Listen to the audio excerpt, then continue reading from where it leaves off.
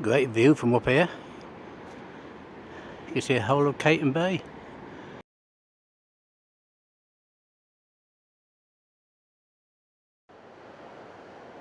I start here at Cayton Cliff.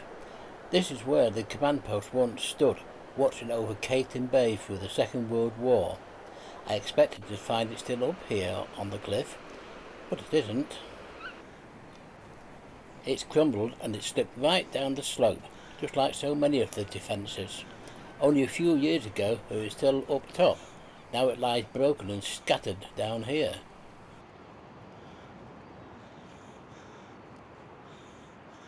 It's been brought down by the soft shifting clay that these cliffs are made of.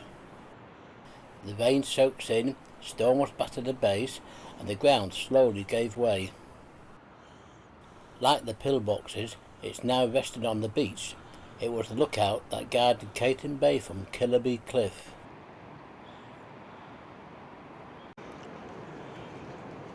Walk along Cayton Bay and you'll see something else standing along the shore.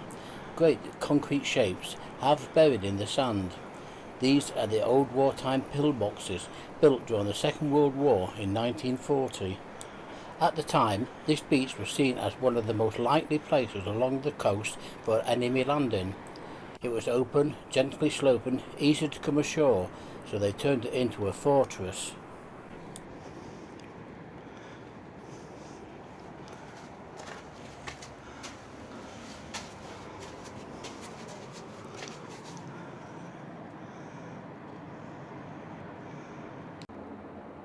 Well, I'm in one of the pillboxes on Cayton Bay. This is the second one I found along the way. There's 4 altogether. Behind me you can see the slits where the Bren guns used to point out to the sea, just to protect the coastline. They used to have up to 6 people in one of these. Must have been crowded.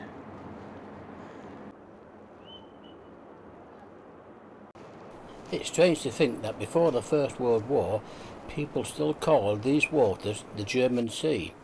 But people didn't like the sound of that, so it was renamed the North Sea.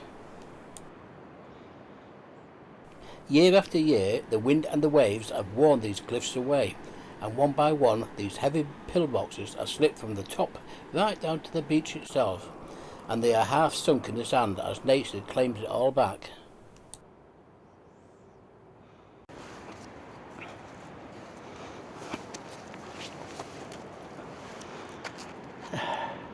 Great view from up here. You can see the whole of Cayton Bay. Scarborough in the distance.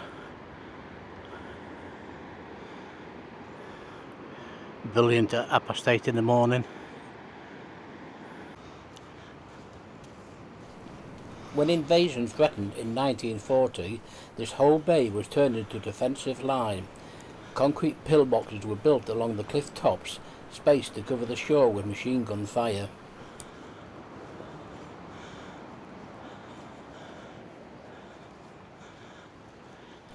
And the wonderful thing is, you can still walk right into them, step inside and you're standing where soldiers stood in the Second World War.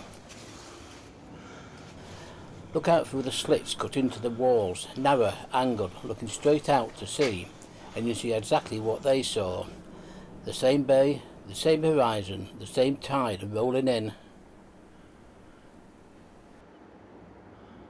They've stood through storms, erosion and the passing of generations, and still they stand, silent, weathered, and keeping watch over the shore.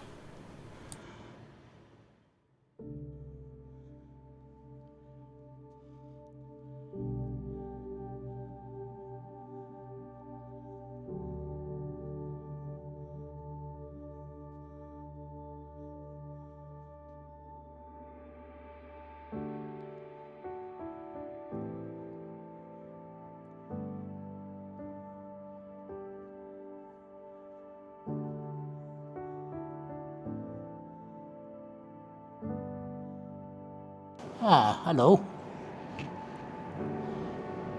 What a view from here.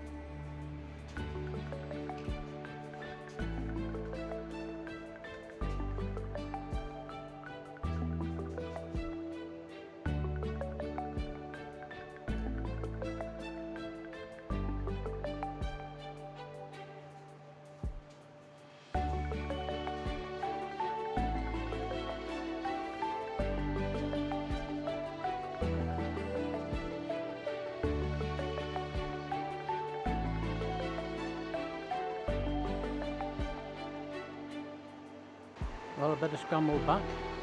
Tide's coming in.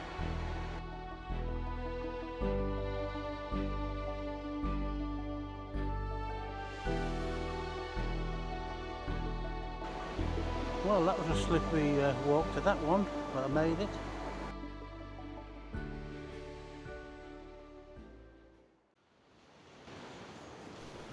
This is the location of Johnny Flintons Harbour, right at the northern end of Cayton Bay. Nobody knows for certain who Johnny Flinton was. Some say a fisherman, others a smuggler, landing his goods out of sight. Either way, the name stuck fast. It was never a proper harbour with stone walls and piers, just a sheltered spot where kobolds could pull in safe.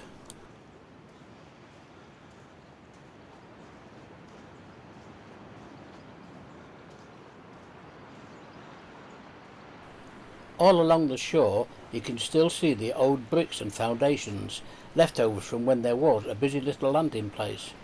And look closely, you can see the remains of the old pumping station too. It's all low and crumbling now, half buried in the stones and shingle, but you can still make out where it stood. Part of the bay's old industry, long since left to the tides. Back in the war years, this corner was bristling with defences. Right along the beach ran lines of anti-tank blocks, those solid concrete blocks put there to stop any enemy vehicles getting ashore. Dug into the ground beside them were rifle pits and slit trenches, where the soldiers would have lain in wait, covering every inch of the shore. You can still see traces of them if you look close, hollows and depressions in the grass and shingle. Quiet now, but once packed with men and rifles.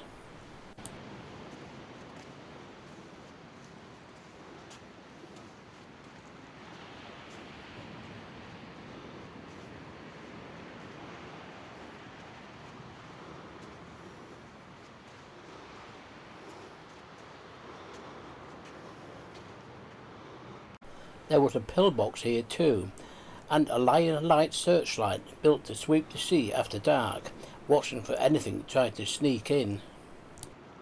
And up the slope there were more concrete defence work, built into the hill. Most of it's gone now, but bits still lie scattered about. And that's the full story, from the old harbour stones right up to the command post that fell from the cliff. Nothing lasts forever on this coast, not even concrete. But while it's still here, it's worth seeing. Anyway, thanks for watching, look after this beautiful old coast, and I'll see you on the next one.